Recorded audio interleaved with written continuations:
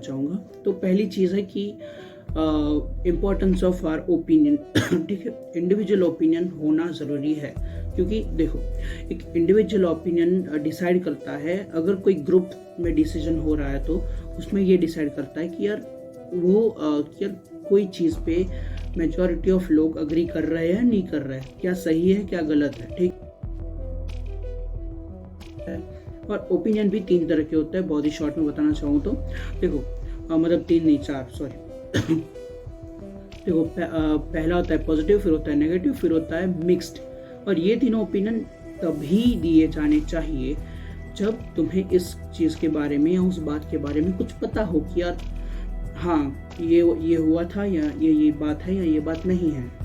लेकिन अगर इन तीनों में से कुछ भी नहीं है तो चौथा ओपिनियन निकलता है, जिसको बोलता है नो कमेंट्स, कि मेरे कोई ओपिनियन है ही नहीं इस बारे में। ठीक है, साइलेंस या नो कमेंट्स। ठीक है, या तो तुम चुप रहो, या तो अगर तुमसे पूछा जाए तो तुम ये सीधा ये जवाब दे सकते हो कि यार मेरे कोई कमेंट्स नहीं है इसके ऊपर, मुझे कुछ नहीं पता इसके ऊपर। तो इसका हम बहुत बड़ा इंपॉर्टेंस देखें बड़े स्केल पे तो इंडिया के अंदर वोटिंग 18+ व्यक्ति जो होता है वो इंडिया में वोट इसलिए कर सकता है क्योंकि भारत सरकार ये समझती है कि यार 18 साल के ऊपर का जो बंदा है वो उसके पास उतनी बुद्धि तो आ चुकी है कि वो अपनी ओपिनियन बना के इस कौन अच्छा है कौन अच्छा नहीं है उसको वोट डाल सकता है। तो ओपिनियन का इतना बड़ा रोल होता है। ठीक है, और अगर इतना यहाँ पे भी रोल नहीं होता है तो छोटा मोटा रोल नहीं, बहुत बड़ा रोल अपने लिए भी होता है कि हमें अपने दिमाग को ये बात तो बतानी पड़ती है कि यार मेरे को ये अच्छा नहीं लग रहा है, मेरे को ये अच्छा लग रहा है या नहीं लग रहा है। ठीक है, और ओपिनियन ऑनेस्ट ही हो, और इसीलिए हमारे खुद के ओपिनियन ऑनेस्ट ही होने चाहिए, भले ही दूसरों के लिए ना हो तो अपने लिए, अपने आप को तो सच बोलना आना चाहिए।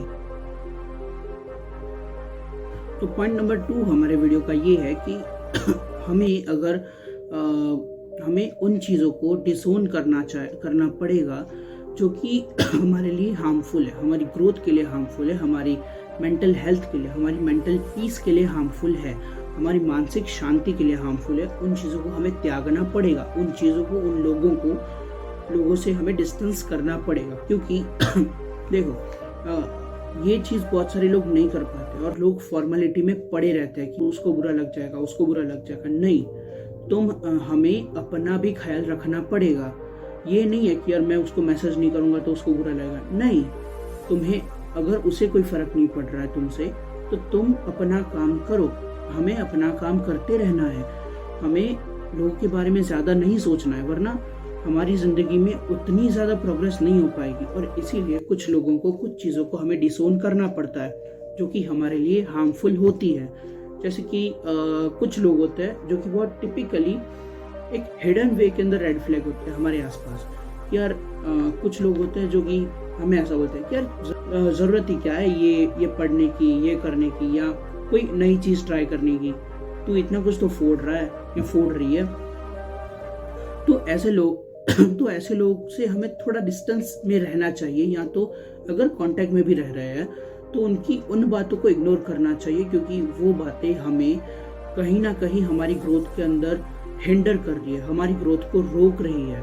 क्योंकि जब तक हम नई चीज़ें ट्राई नहीं करेंगे या फिर कुछ जो भी है हमारे लिए, हमें जो लगता है अच्छी चीज़ है हमारे लिए, उस चीज़ को हम ट्राई नहीं करेंगे, तब तक हमें ये पता नहीं चल जाएगा कौन सी चीज़ हमारे लिए सही है, कौन सी चीज़ हमारे लिए गलत है, और क्या हमें करना चाहिए क्या नहीं करना चाहिए।